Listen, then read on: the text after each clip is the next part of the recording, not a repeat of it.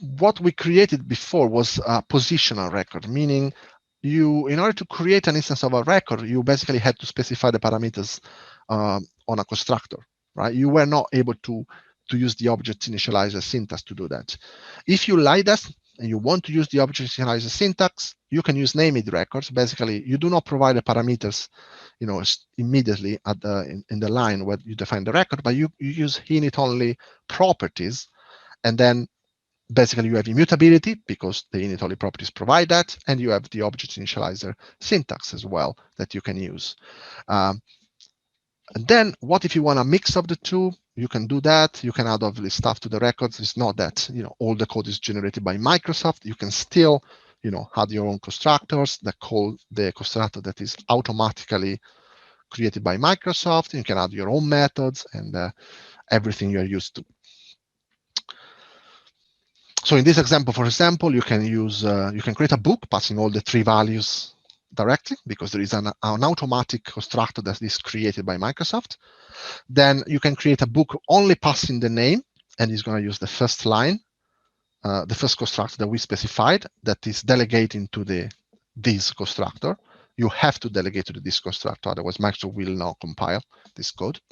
And the last example is basically creating a book passing 2 properties, but not passing the language, for example, by using the object initializing syntax to pass the language. So you have a bit of flexibility. Honestly, I believe probably most of the time when you create a record, you're going to use the positional records. So you're just doing a single line, and you just rely on the only constructor that Microsoft provides for you.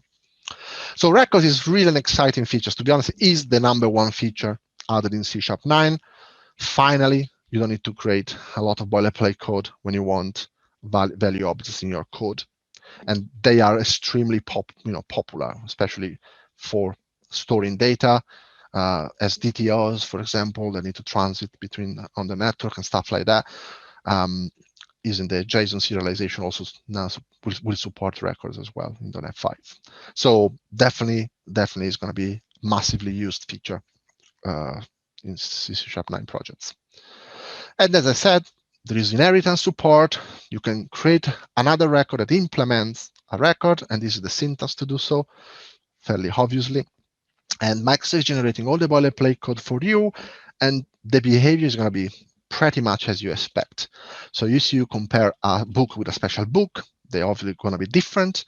But if you compare 2 special books, they will be equals if all of the 3 properties will be the same. If you compare 2 books, they will be equals if only the 2 properties, name and pages, will be equals. So all the kind of obvious implementation behaviors will be there. But because this is code that the code compiler generates, it's always nice to test and make sure that it behaves like you expect.